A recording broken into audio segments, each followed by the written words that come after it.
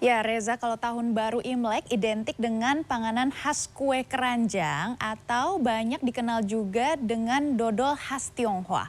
Tidak banyak produsen atau pabrik kue keranjang di Indonesia, khususnya di ibu kota Jakarta. Nah, saya punya nih salah satu produsen atau pabrik kue keranjang yang sudah berdiri sejak 35 tahun lalu, tepatnya 1988 begitu ya. Kue keranjang Hoki milik Kim Hin Johari yang terletak di Sawangan, Depok, Jawa Barat ini merupakan salah satu produsen kue keranjang yang masih bertahan hingga kini. Berikut kisahnya dalam segmen Demi Cuan.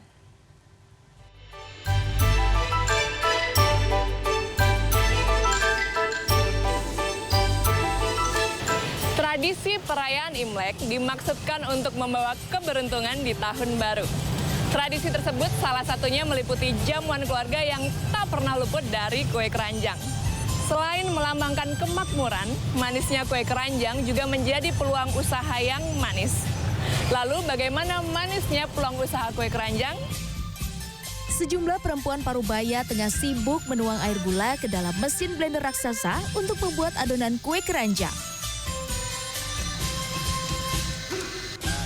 Permintaan dodol khas Tiongkok ini meningkat menjelang Imlek. Imbasnya, produsen kue keranjang buatan pabrik milik Kim Hin Johari yang berdiri sejak tahun 1988 kebanjiran pesanan. Awalnya, Kim ditawari menjadi penerus bisnis kue keranjang milik rekannya yang tidak mempunyai ahli waris. Dari sini, Kim merintis usaha kue keranjang. Usaha kue keranjang miliknya diberi nama Kue Keranjang Hoki. Nama Hoki dipilih dengan harapan supaya usahanya selalu bernasib baik. Di saat merintis, alih-alih mendapatkan keuntungan, Kim justru merugi. Tak jarang Kim ditolak bahkan diusir saat menitipkan dagangannya ke toko-toko di Jakarta. Tapi banyak yang nolaknya daripada terima gitu. Nah itu kita buat dan mulai dapat sedikit-sedikit buat. Gitu. Nah setahun langganan sedikit. Terus tahun kedua bikin lagi lebih banyak. Tak hanya pernah ditolak dan diusir, pabrik kue keranjang miliknya sempat terbakar. Tapi Kim tetap bangkit hingga usahanya tetap berjalan hingga kini. Para pelanggan selalu setia kembali ke Kim, hal ini lantaran kue keranjang miliknya memiliki ciri khas tersendiri. Selain diolah secara tradisional, kue keranjang miliknya dibuat tanpa pengawet, pemanis, dan perasa buatan. Prinsipnya tepung ketan. Gitu. Nah itu pakai gulanya pun kita gula putih. Jadi nggak direkayasa misalnya supaya masak jadi cepat apa gitu kan. Gitu.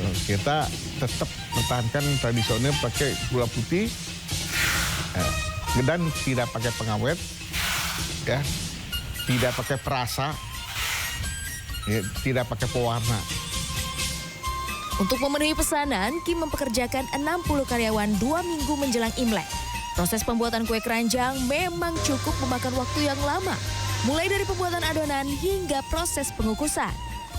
Diadon, dicampur tepung ketan sama air gula, pakai blender, ya, sampai rata, sampai halus. Nah ini disimpan dulu, ya, nggak langsung. Disimpan yang bagus ya sekitar seminggu, tapi paling cepat ya sekitar 3 hari gitu. Baru diisi, kemudian dikukus.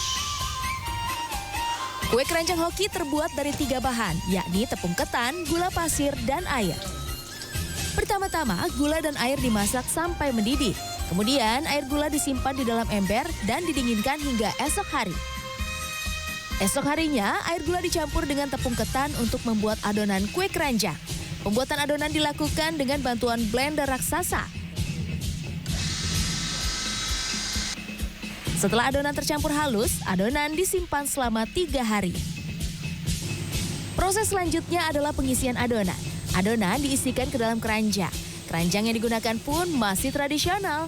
Kim menggunakan keranjang bambu, kemudian keranjang-keranjang yang telah terisi dimasukkan ke dalam pengukus selama 14-15 jam.